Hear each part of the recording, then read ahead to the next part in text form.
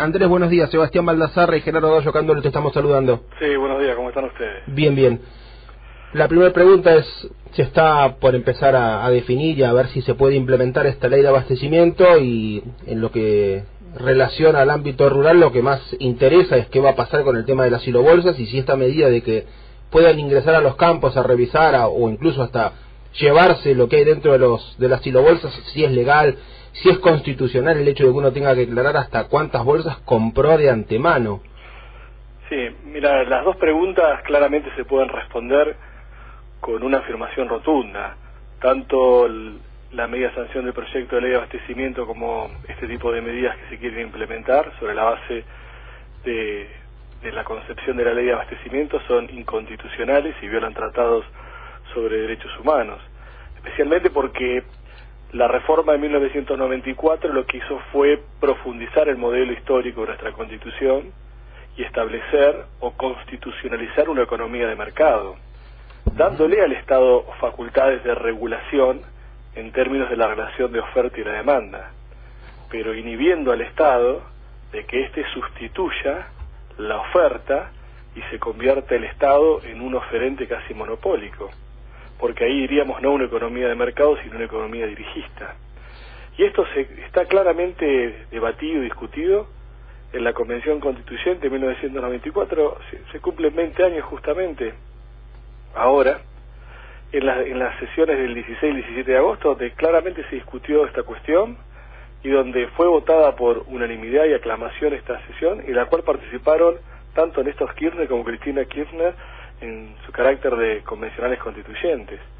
Con lo cual, lo que hace la ley de abastecimiento es que lo único que hace esta ley no es algo nuevo, o sea, es tomar la vieja ley de 1974, que no sirvió absolutamente para nada en 1974, y en su aplicación posterior, a los efectos de frenar la inflación, evitar el desempleo, evitar la caída de la producción, hacerle algunos retoques y volver a implementarla. Lo que hace es desconocer el orden socioeconómico constitucionalizado, porque le da al Estado, en cualquier situación, no en una situación de extrema emergencia, como una catástrofe natural o una situación de emergencia objetivamente verificada, le da al Estado la potestad de intervenir en todo el proceso de la oferta, en cuánto se produce, en cuáles son los precios, a quién se tiene que vender, permite la confiscación de determinada mercadería sin expropiación, sin pago de depósito previo, establece una tutela judicial posterior muy restringida. Entonces, lo que está haciendo en general y en particular para el sector del campo es sustituir mediante una ley el modelo socioeconómico constitucionalizado y transformar una economía de mercado con un contenido social, para eso regula el Estado, en una economía dirigista estatalista. Doctor, lo que usted estaba comentando de esta media sanción, digamos, ya tiene, incluso si sale el proyecto de ley tal cual. No, que va a salir. Va a salir, sí, si usted por la cantidad de digamos, bueno, pero puede ser a lo mejor con una pequeña reforma, ¿verdad? Pero pensando tal cual está, es el espíritu que la gente dice, bueno, es muy parecido a lo que hay en Venezuela, o es el espíritu, digamos, de la ley parecida a la venezolana, o tiene artículos copiados, digamos, ¿no?, de esta ley.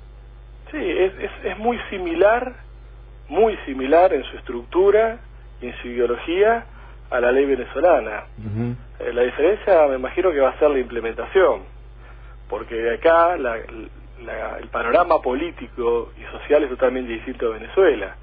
Acá tenemos una clase media bastante todavía fuerte, con bastante conciencia, y también tenemos una renovación presidencial en el año que viene, sin la posibilidad de que el partido gobernante pueda continuar con quien hoy gobierna, podrá presentar otro candidato.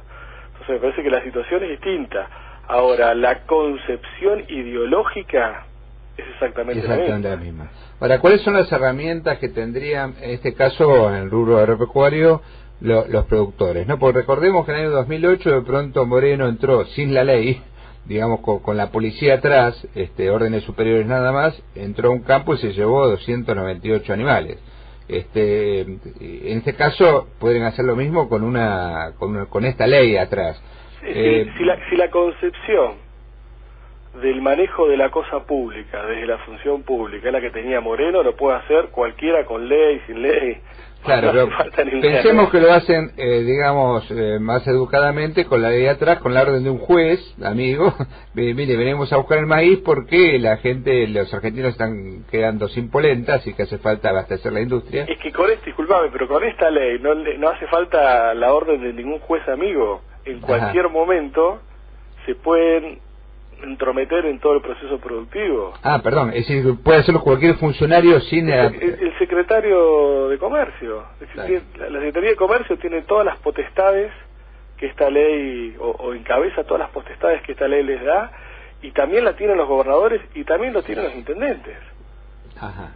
Es más grave todavía. Pero claro, con lo cual ni siquiera hace falta ir a un juez previamente, y tampoco tiene que mediar una situación de extrema urgencia o emergencia, que podríamos discutirlo, pero supongamos una catástrofe natural, un desabastecimiento mundial de materia prima, alguna situación objetiva. No, ni siquiera en cualquier situación que el secretario de Comercio, que un gobernador o a quien encomiende, un intendente a quien encomiende, el intendente considere que tienen que intervenir, intervienen.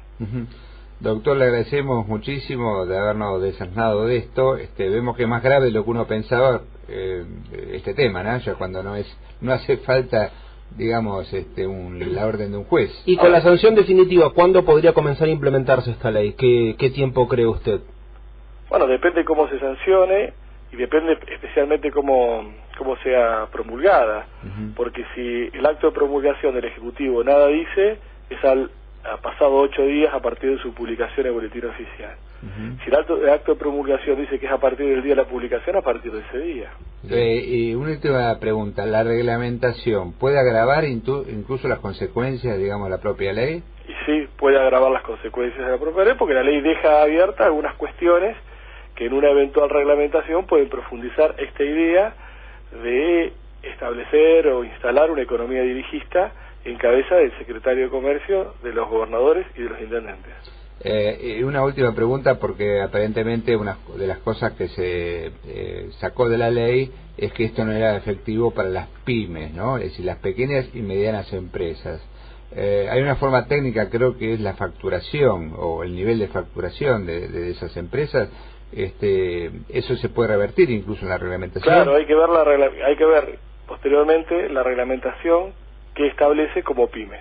Claro, es decir, que ahí... ¿Cuál es el parámetro o el término de definición o baremo que establezca conceptualmente qué es una pyme y qué no es una pyme? Claro. Eso va a quedar en cabeza del Poder Ejecutivo cuando la reglamente. Claro. Bueno, doctor, le agradecemos muchísimo. No, gracias a ustedes, tengan un buen día. Hasta luego.